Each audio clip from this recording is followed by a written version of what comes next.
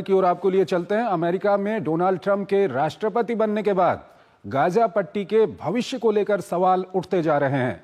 अमेरिकी राष्ट्रपति Donald Trump ने गाजा पट्टी को खरीदने और कब्जे में लेने का इरादा एक बार फिर दोहराया है। इजराइल जहां ट्रंप के प्रस्ताव पर खुश है, वहीं हमास सहित कई अरब देश इसका विरोध कर रहे हैं। हमारी ये खास रिपोर्ट देखिए।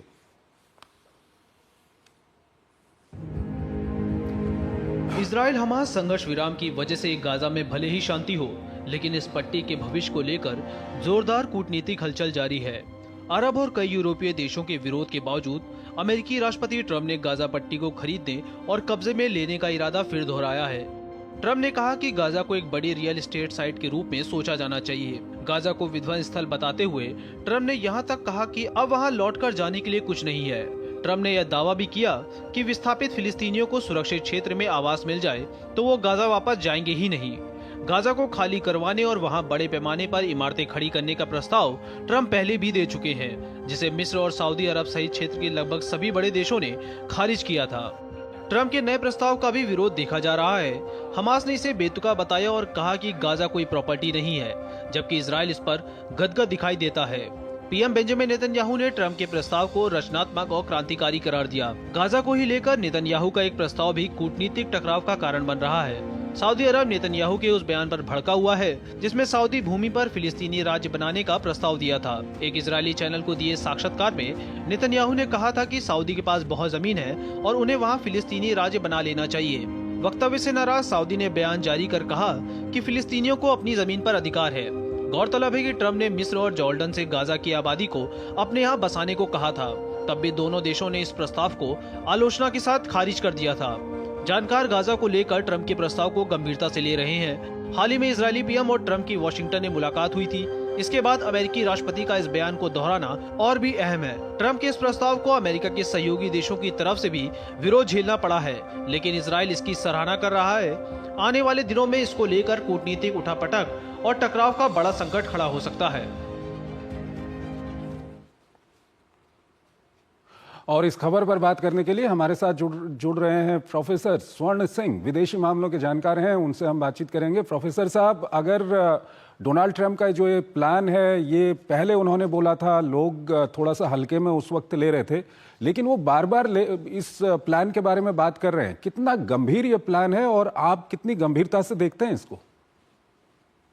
राष्ट्रपति ट्रंप पहले से ही बहुत से मुद्दों पर इस तरह की बात कह चुके हैं, जैसे डेनमार्क से ग्रीनलैंड लेना चाहते हैं, पनामा से पनामा का ऐलान लेना चाहते हैं। तो ये उसी में एक जुड़ती हुई कड़ी है। इसमें जो अलग बात है वो ये कि पहली बार एक दूसरा देश भी उनका समर्थन करते हुए नजर आता है। जैसे आपने जिक्र किया, नेतन्याहू ने उसका समर्थन किया है, इजराइल के प्रधानमंत्री ने। तो ये पहली बार है कि किसी इस तरह के प्रपोजल को कोई दूसरा देश भी समर्थन दे रहा हो। पर मुझे लगता नहीं है कि इसको लेकर कोई सीरियस सोच है राष्ट्रपति ट्रंप की भी। ये उनका एक मैक्सिमम प्रेशर बनाने का तरीका है, अपना नेतृत्व बनाने का उनका तरीका है कि मैक्सिमम प्रेशर दुनिया पर डाला जाए ताकि फिर उनको अपनी बात मनवाने में आसानी हो सके। आपको याद होगा 2016 के चुनाव में लगातार उन्होंने कहा था कि सीमा जो मैक्सिको के साथ है उस पर एक दीवार बनाई जाएगी और मैक्सिको उसका खर्चा उठाएगा। वो अभी तक नहीं हुआ। फिर वो किम जोंग उन जो उत्तरी कोरिया के नेता हैं उनसे 3 बार मिले और दूसरी मुलाकात में कहा कि 30 सेकंड में हम दोनों को आपस में प्यार हो गया वगैरह वगैरह। वो समस्या बनी हुई है। तो ऐसा नहीं कि वाकई वो फिलिस्तीनियों को निकाल कर वहां अपना रियल एस्टेट रिवियरा बनाना जैसे बात उठ रही है बनाएंगे। ये केवल मैक्सिमम प्रेशर करने की बात है। अब देखें, लगातार गाजा पट्टी पर आज जो है सीज फायर की उल्लंघन हो रहे हैं, वो वायलेशंस हो रहे हैं। आज हमास ने बाकी जो उनके पास इजरायली लोग उनकी हिरासत में है उनको छोड़ने से मना कर दिया है।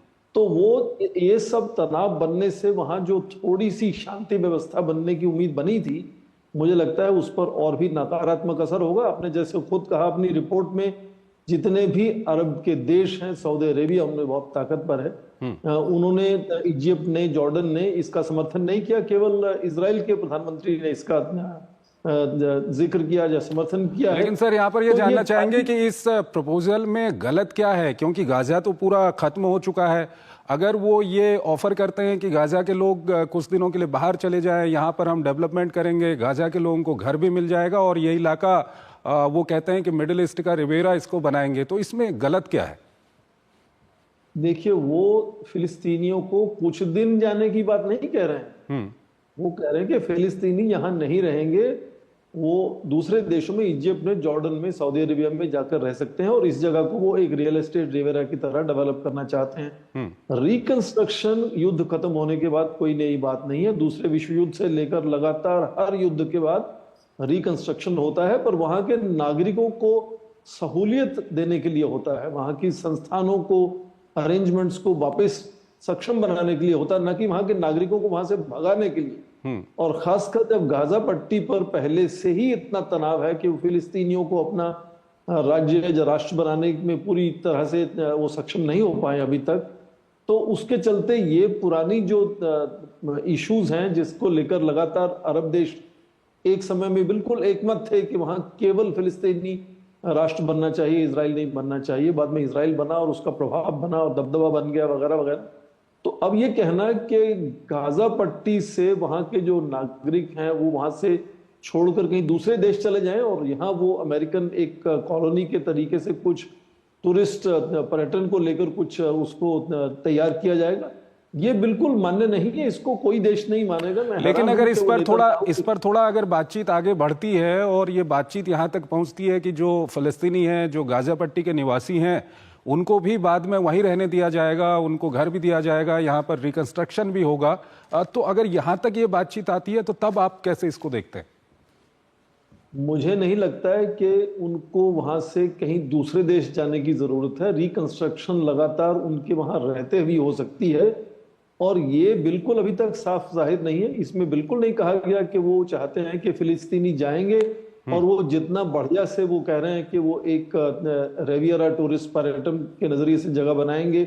वो नहीं कह रहे कि फिलिस्तीनी लोग आएंगे और वहां रहेंगे वापस। वो अपना रियल एस्टेट के नजरिए से उसको बनाना चाहते हैं और मुझे लगता है कि नेतन्याहू इसका समर्थन केवल इसलिए कर रहे हैं क्योंकि कुछ दिन पहले तक जब जो बाइडेन की सरकार थी तो सर्वसम्मति थे, सभी लोग कह रहे थे कि युद्ध समाप्त होते ही नेतन्याहू का पॉलिटिकल कैरियर भी खत्म हो जाएगा।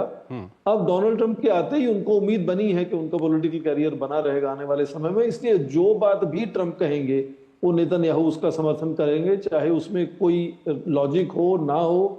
और कोई देश दूसरा इसको सपोर्ट नहीं करेगा, ना कर रहा है। ठीक है। और ये लगातार जो कनाडा को लेकर बातें हैं, मैक्सिको को लेकर बातें हैं, पनामा को, ग्रीनलैंड को लेकर बातें, ये संभव नहीं है। केवल ये अपना दबदबा बनाने का एक खास तरीका है राष्ट्रपति ट्रंप का। ठीक है। सर, आप हमारे साथ बने रहिएगा, एक और खबर है उस पर अभी आपसे बातचीत करेंगे, लेकिन यहाँ पर हमको एक छोटा सा ब्रेक लेना है। एक छोटा सा ब्रेक लेते हैं।